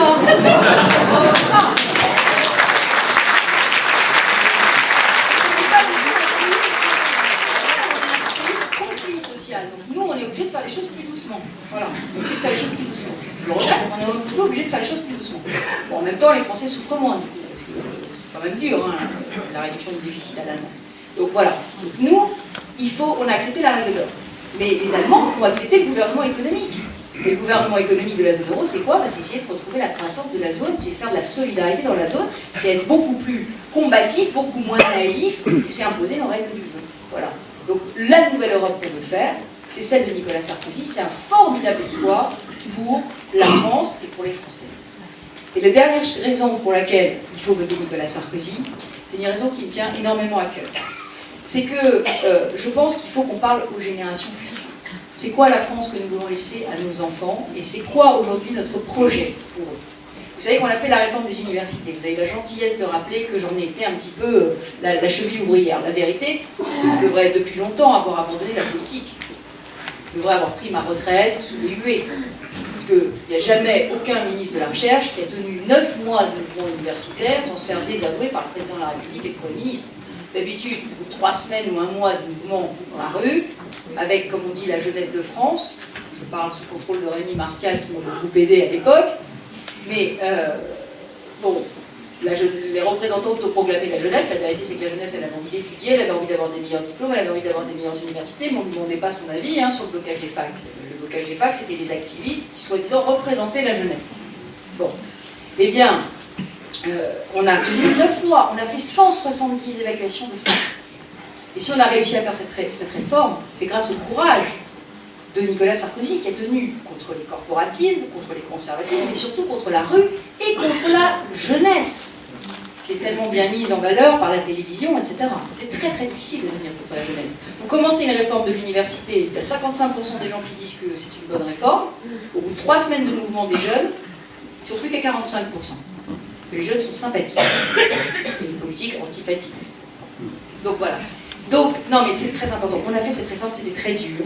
Et c'est comme ça qu'on va pouvoir aborder le 21e siècle. On a aussi triplé le crédit impôt recherche. On n'a jamais investi autant dans la recherche. Et demain, tous les investissements qu'on a faits seront payants. Ce sera de l'emploi de plus pour la France. Sur les nouvelles énergies, sur les nouveaux véhicules, sur l'espace, sur tout ça. Et ce sera de l'emploi pour tous nos territoires. Mais il faut aller beaucoup plus loin. Il faut aller beaucoup plus loin. Il y a encore 3 réformes à faire, essentielles pour l'avenir, et le président de la République il les a mises toutes les 3 sur la table. La première, c'est la réforme de l'école. Moi, je ne sais pas si vous avez lu...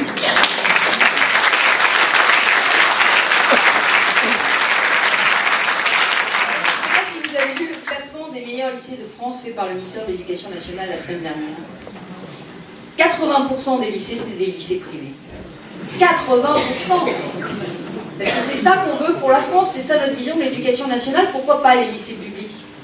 Bon, il y a un vrai problème. Il faut faire, comme on a fait l'autonomie des universités, il faut faire la réforme de l'école, en donnant plus d'autonomie aux équipes pédagogiques, en leur permettant de faire un projet d'établissement, en leur mettant les bureaux à disposition, en rémunérant les professeurs mieux, en leur permettant de faire plus d'heures en dehors des cours, et ainsi de suite, et ainsi de suite. Et s'il y y a besoin de plus de discipline, il faudra faire plus de discipline. S'il y a besoin de plus de soutien, il faudra faire plus de soutien. Le collège uni, c'est une aberration. Il faut personnaliser aujourd'hui l'enseignement en fonction de la situation. Et puis il faut le professionnaliser, bien sûr. C'est la deuxième réforme. La deuxième réforme, c'est celle de l'apprentissage. On a 22% de chômage des jeunes. Pourquoi on a 22% de chômage des jeunes alors que les Allemands en ont 10? C'est pas mon modèle l'Allemagne, vous avez bien compris, je vous l'ai dit. Ils sont différents de nous. Mais ce qu'ils ont fait de bien pour la jeunesse, c'est de mettre tout le monde en apprentissage et en alternance. Nous, on fait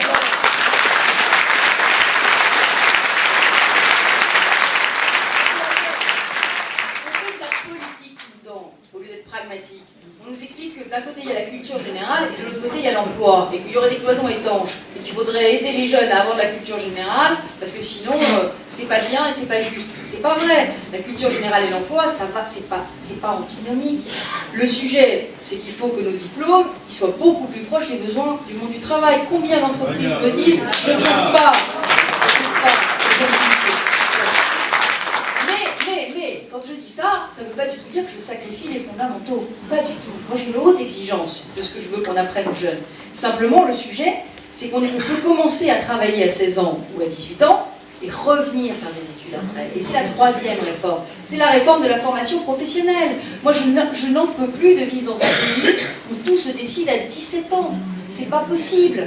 On doit avoir droit à une deuxième chance. On est le seul pays au monde où quand on commence ouvrier, c'est extrêmement difficile de finir cadre. Quand on commence préparateur de pharmacie, on ne sera jamais pharmacien. Quand on commence infirmier, on ne sera jamais médecin. Je veux dire, il devrait y avoir dans notre pays des passerelles à tous les niveaux de qualification.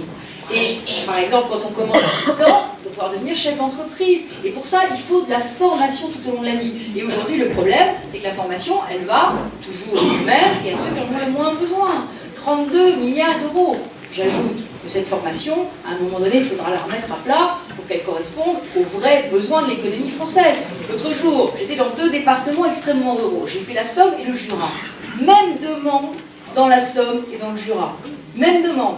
Si vous pouviez former nos cadres au chômage aux Chinois, ce serait vraiment très utile. On a des marchés extraordinaires, des débouchés extraordinaires en Chine. On n'a pas un commercial qui parle chinois. On n'arrive pas à exporter dans ces pays-là. On sait qu'on a des marchés fabuleux. On n'arrive pas à les conquérir, alors que nos partenaires allemands, eux, ils ont réussi à former des jeunes grâce à la formation professionnelle. Donc, si vous voyez, ça c'est idiot. Mais ça veut dire quoi? Ça veut dire qu'aussi, on est dans un monde qui évolue. Il y a des formidables perspectives de croissance dans ce monde qui évolue. L'autre jour, le président se vantait, il avait raison de dire « j'ai ouvert le marché turc aux éleveurs français ». Mais c'est très important d'ouvrir la Turquie aux éleveurs français, d'ouvrir la Russie. Bon, parce que c'est des marchés pour demain. Il va y avoir 7 milliards, il y a 7 milliards d'habitants sur la planète, donc on peut vraiment conquérir tous ces marchés. Le problème, c'est évidemment qu'il faut qu'on se place dans une autre optique, dans une optique beaucoup plus conquérante, et c'est par la formation qu'on y arrivera. 10% de chômeurs seulement en formation, 70% des demandes de formation des chômeurs qui ne sont pas satisfaits, 32 milliards dépensés, cloisonnement total entre les partenaires sociaux, les régions, etc. Il faut tout réformer. Alors évidemment, ce sera très dur. Ce sera très dur sur l'école, ce sera très dur sur l'apprentissage, ce sera très dur sur la formation professionnelle. C'est pour ça qu'il faut un homme politique qui ait du caractère, de la volonté, de la pugnacité, qui ne recule pas, qui a de la vision, qui l'étoffe d'un chef d'État. Mais c'est ça le sujet. Et tous ceux qui vous disent Nicolas Sarkozy a 1000 défauts, mais demandez-leur si ces 1000 défauts ne sont pas aussi ses qualités. Et si le fait d'être un peu autoritaire, un peu hyperactif, etc., c'est pas justement des formidables qualités dans la France dans laquelle nous vivons, qui a besoin d'être mises.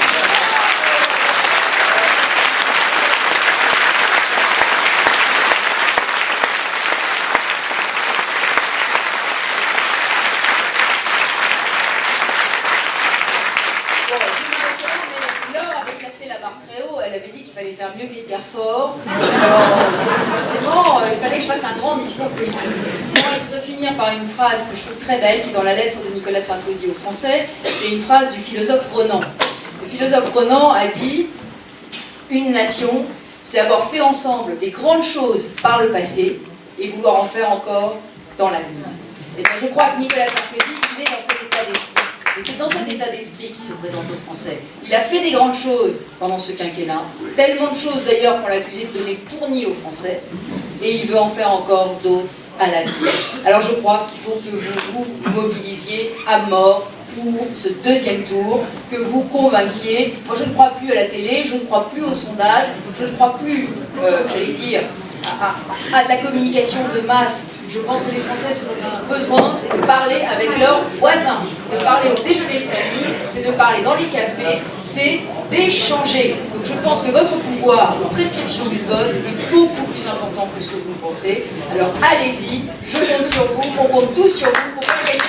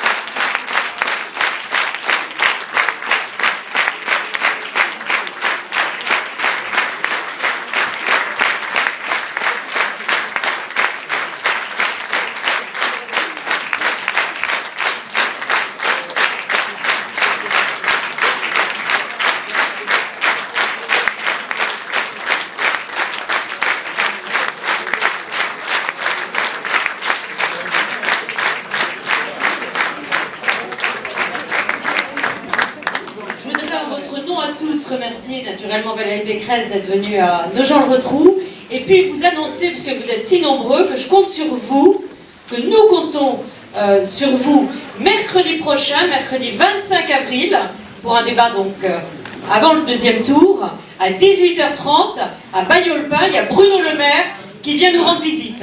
Et je voudrais, avec mes collègues parlementaires, avec Josette Philippe, vous remercier chaleureusement de votre présence à tous ce soir. Ça fait vraiment... j'y suis très sensible. Nous y sommes très sensibles. Merci Valérie d'être venue. Et je vous propose qu'on entame une Marseillaise mise en musique par Stéphano.